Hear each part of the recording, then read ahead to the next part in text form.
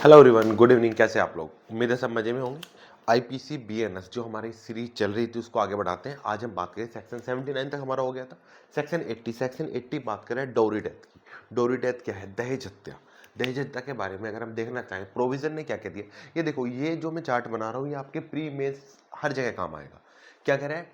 Any women caused by the burn, body injury और otherwise, मतलब कोई असामान्य परिस्थिति में जल करके, शारीरिक चोट के द्वारा या अन्यथा कोई डेथ होती है, कोई मृत्यु कारित होती है। कब? With in the 7 year of her marriage, उसकी शादी के 7 साल के अंदर अंदर। और दूसरी बात, वहां पर क्या था? soon before her death she is subject to the cruelty of the harassment due to the demand of डोरी, मतलब उसकी मृत्यु से जस्ट पहले क्या हुआ है? वो सब्जेक्टिव थी किस चीज की? डोरी डिमांड की, मतलब दहेज की मांग की गई थी, उसके साथ क्रुएलिटी की थी। किसने?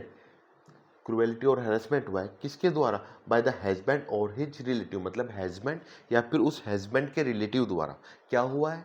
क्रुएलिटी। और इसके साथ क्रुएलिटी के साथ आप याद रखना, आपको याद होगा एक case, Dastane versus Dastane, Dastane versus Dastane, या फिर भागवत वर्सेस भागवत। क्योंकि इस केस में दास्ताने वर्सेस दास्ताने तो लीडिंग केस है। आप अगर आईपीसी में पढ़ेंगे, हिंदू मैरिज एक्ट में पढ़ेंगे, जहाँ पे ग्राउंड दिया हुआ है डाइवोर्स का, सेक्शन 13 सेक्शन 10 में, तो वहाँ पे डायरेक्ट दिया है क्रुएलिटी क्या होती है। क्रुएलिटी फिजिकल और मेंटल दोनों हो सकती है। इस बार भी मिलेगा आपको आईपीसी में। चलिए यहाँ तक समझ में आया। कब डोरी डेथ कब होगी? जब किसी महिला की अननेचुरल डेथ होती है, कोई जलने के द्वारा, बॉडी इंजरी के द्वारा, या फिर otherwise with in the 7 year of her marriage, उसकी शादी के 7 साल के अंदर अंदर। और क्या उससे जस्ट पहले, डेथ से जस्ट पहले उससे क्रुएलिटी की गई थी, हरेसमेंट किया गया था उसके हस्बैंड या उसके रिलेटिव द्वारा। और कब?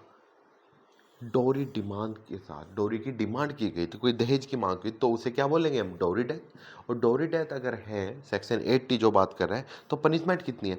Minimum 7 year up to life imprisonment, मतलब 7 साल से लाइफ इम्प्रिजमेंट तक का प्रावधान है। किसमें? बीएनएस में। पहले भी यही था। पहले कहाँ था? 304 बी में। अब कहाँ है? सेक्शन 80, क्योंकि वुमेन और अगेंस्ट द वुमेन और अगेंस्ट द चिल्ड्रन, सारे ऑफेंस को हमने इकट्ठा करके एक चैप्टर में डाल दिया, जिस चैप्टर की हम बात कर रहे हैं। अब एविडेंस एक्ट की बात करें, एविडेंस एक्ट 1872 और एविडेंस एक्ट 2023।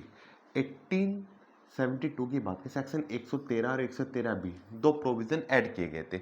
ऐड किए गए थे, मैं इसलिए कह रहा हूँ क्योंकि पहले नहीं थे। सेक्शन 113 ए कब जोड़ा गया था? 1983 में, 1983, एंड 113 भी 1986 में ऐड किया गया था।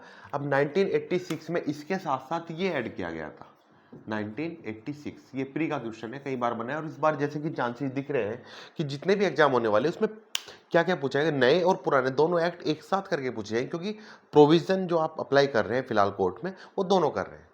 तो इसलिए दोनों एक्ट आपको याद रखने हैं। पहले कहा था, यहाँ कब जोड़ा गया था? 1986 में।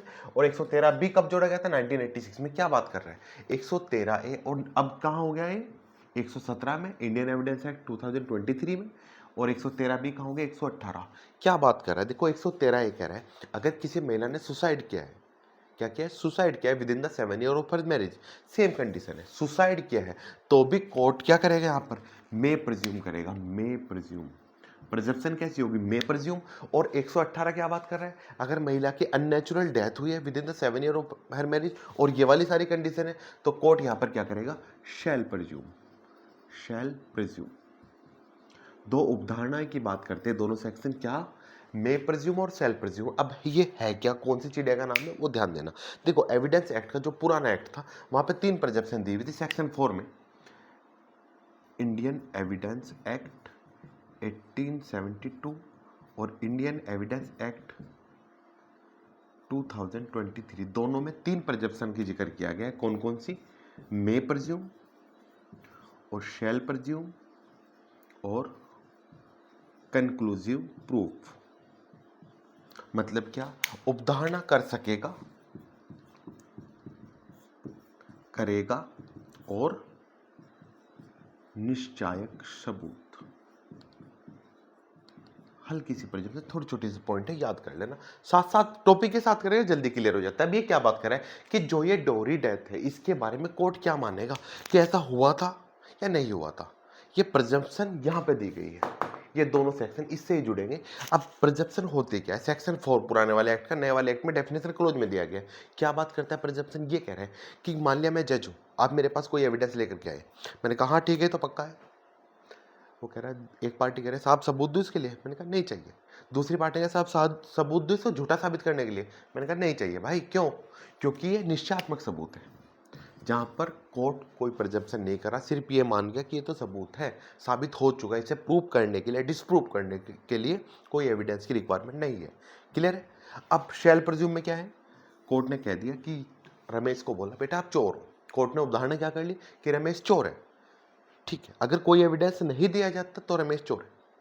अब मैंने बोला साहब रमेश चोर है, एविडेंस दूं, मैंने कहा जरूरत नहीं है भाई साहब, मैंने मान लिया है रमेश चोर है।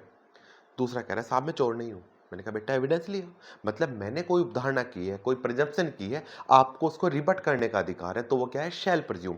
वो ही प्रिजम्पशन, देखो मैंने बोला ना 113 बी डोरी डेथ में क्या है, शैल प्रिज्यूम। कोर्ट ये मान, अगर ये कंडीशन फुलफिल होती है, कोर्ट ये मान के चलेगा कि आपने डोरी डेथ की है, अगर नहीं की है तो बेटा साबित कर दो। It is a rebuttable presumption. पूछा जाता है कौन सी प्रिजम्पशन रिबटेबल प्रिजम्पशन है, शैल प्रिज्यूम, और कौन सी इरिबटेबल है, कंक्लूसिव प्रूफ। देन आते हैं मे प्रिज्यूम, 113A और 117 मे प्रिज्यूम। ये कह रहा है सुसाइड वाली बात कर रहे हैं, महिला ने सुसाइड किया है, एग्जांपल है सिर्फ, ये बहुत सारे सेक्शन है वहां पर, 86 से लेकर के 89 तक आ जाएंगे, फिर 77 80 बहुत सारे सेक्शन है, वो छोड़ो। अब ये क्या बात कर रहा है, मे प्रिज्यूम होता क्या है, मैं जज हूँ, मेरे सामने मान लिया आया कि रमेश चोर है, साहब मैं एविडेंस दूं चोर होने का। दूसरी पार्टी कह रही साहब चोर नहीं है, मैं एविडेंस दूं चोर ना होने का। मैंने कहा एक काम करो, दोनों एविडेंस ले आओ, मैं आपकी बात पे भी विश्वास कर सकता हूँ, आपकी पे भी विश्वास कर सकता हूँ, मैं अपना दिमाग नहीं लगा रहा, जो एविडेंस मेरे सामने है वो मानूंगा। लेकिन शैल प्रिज्यूम में कोर्ट ने एक चीज को सिटिक मान लिया कि ये है, अगर आप इसको रिबट करना चाहते हो रिबट कर दो। एक प्री का क्वेश्चन, जब एविडेंस एक्ट की बात कर ही रहे हैं तो यहाँ से प्री का क्वेश्चन आता है, प्रिजम्पशन कितनी होती है, 3 होती है। कौन कौन सी प्रिजम्पशन है, ये कौन सी रिबटेबल प्रिजम्पशन है शैल प्रिज्यूम, कौन सी इरिबटेबल है कंक्लूसिव प्रूफ, और कौन सी प्रिजम्पशन ऑफ फैक्ट है, कौन सी है मे प्रिज्यूम, कौन सी प्रिजम्पशन ऑफ लॉ है। ये दोनों प्रिजम्पशन ऑफ लॉ है क्योंकि it is provide by the law. Okay everyone, यहाँ तक क्लियर है? में छोटा सा टॉपिक हमने कवर किया अभी तक, क्लियर है कि नहीं है? इसे ही करेंगे आज, छोटा सा टॉपिक याद कर लेना, मेंस के साथ साथ प्री भी तैयार हो जाएगा। यहाँ से प्री का तो यही पॉइंट है, जितना बोर्ड पे लिखा है इतना प्री के लिए मोर देन सफिशिएंट है। मेंस के लिए आप इसी को तोड़ मरोड़ के आराम से as per the requirement of the question आप इसको मेंस में फ्रेम कर सकते हैं।